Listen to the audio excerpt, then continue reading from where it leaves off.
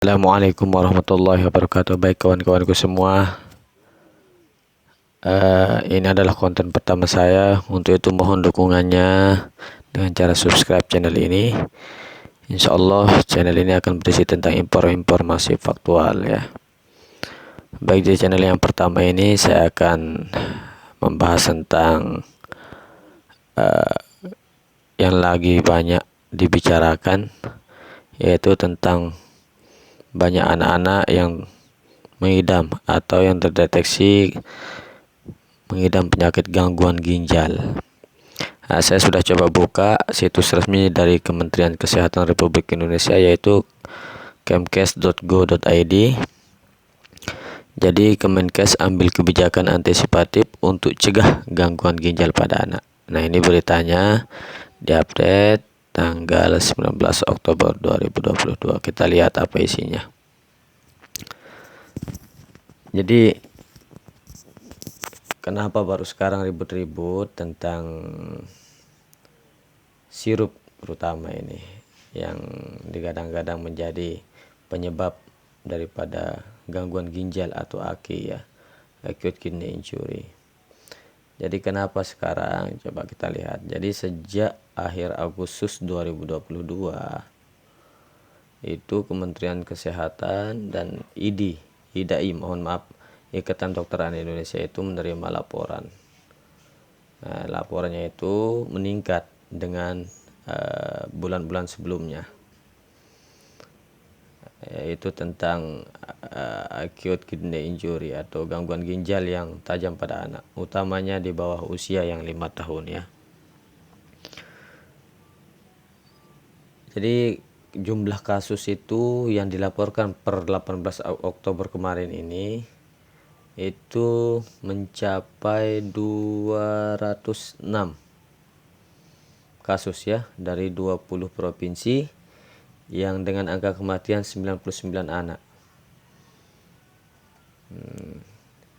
Itu yang dilaporkan, sehingga ini yang membuat Kementerian Kesehatan Republik Indonesia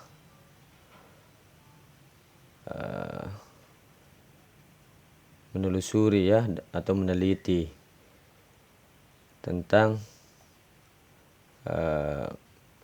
konsumsi obat dalam bentuk cair atau sirup. Nah, kita lihat ini ada kata juru bicara dari Kementerian Sosial. Dari hasil pemeriksaan tidak ada bukti hubungan kejadian AKI dengan vaksin COVID-19 maupun infeksi COVID-19.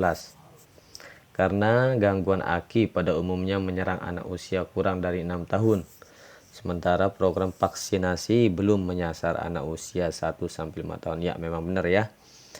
Jadi tidak ada hubungannya, karena memang vaksin untuk anak itu belum dari usia 1-5 tahun. Kemudian kita lihat Kemenkes bersama BPOM, ahli epidemiologi dan stakeholder yang lainnya termasuk Puslab Polri melakukan pemeriksaan lab atau laboratorium untuk memastikan penyebab pasti dan faktor risiko yang menyebabkan gangguan ginjal akut. Nah, jadi dari hasil laporan tersebut, ini beberapa lembaga atau kementerian bersama beberapa lembaga itu melakukan pemeriksaan lab ya, mau tahu penyebab pastinya apa ini AKI ini atau acute kidney injury ini. Mau tahu apa sih penyebab pastinya ya, atau mungkin nanti ada faktor risiko lain yang menyebabkan gangguan ginjal akut ini.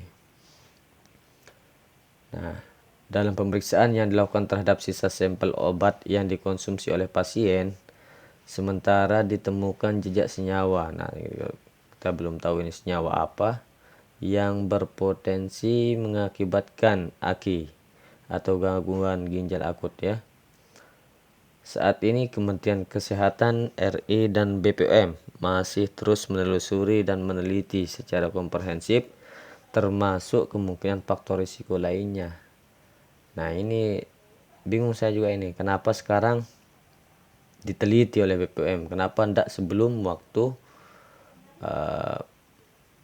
pengesahan lah istilahnya ya, pemberian label itu.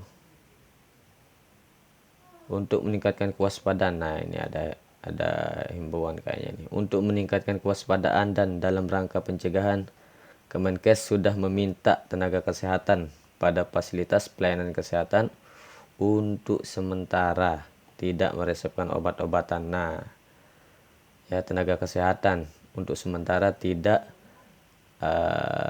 meresepkan obat-obatan dalam bentuk sediaan cair atau sirup, termasuk ini yang di puskesmas, rumah sakit. Jadi untuk sementara tidak dilarang ya meresepkan obat-obatan dalam bentuk sirup sampai penelusuran dan penelitian tuntas. Nah, kita tunggu, ini belum ada hasil terbaru tentang penelusuran atau penelitian tentang obat yang pernah dikonsumsi oleh pasien tersebut, yaitu dalam bentuk sirup atau cair.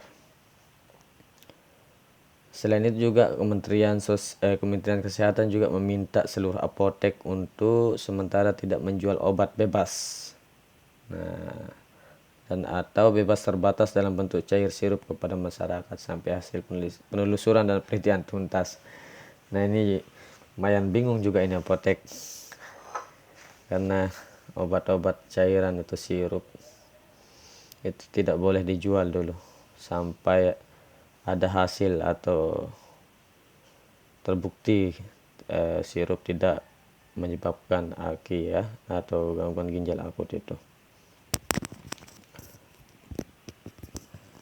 Nah, ini alternatifnya untuk yang perlu obat. Ini ada menggunakan kesediaan seperti tablet, kapsul ya, atau yang lainnya.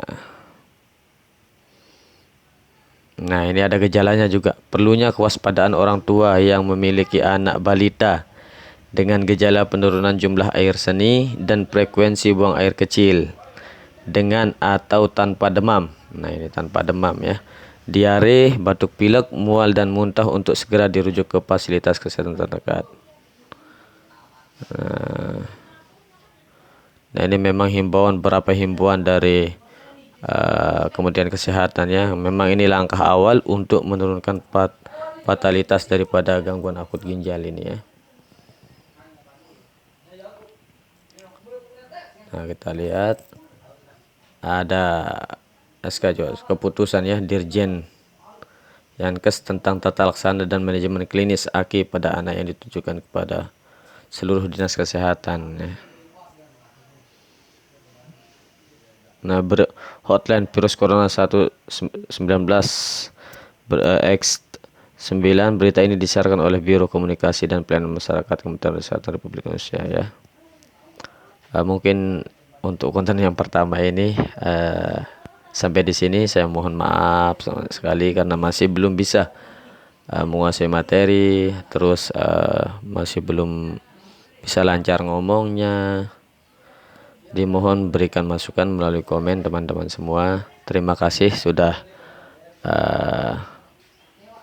mengikuti berita ini tentang gangguan ginjal akut pada anak ini ya. Semoga ini bermanfaat teman-teman. Sekali lagi saya simpulkan akhirnya, jadi untuk sementara kita dilarang untuk mengkonsumsi atau menerima resep berupa cair atau sirup sampai dengan hasil penelusuran atau penelitian itu selesai atau tuntas ya. Kemudian tenaga kesehatan, apotek dilarang juga tidak boleh untuk memberikan obat dalam bentuk cair atau sirup kepada pasien ya, sampai kita tunggu hasilnya atau hasil penelitiannya selesai. Terima kasih. Wassalamualaikum warahmatullahi wabarakatuh.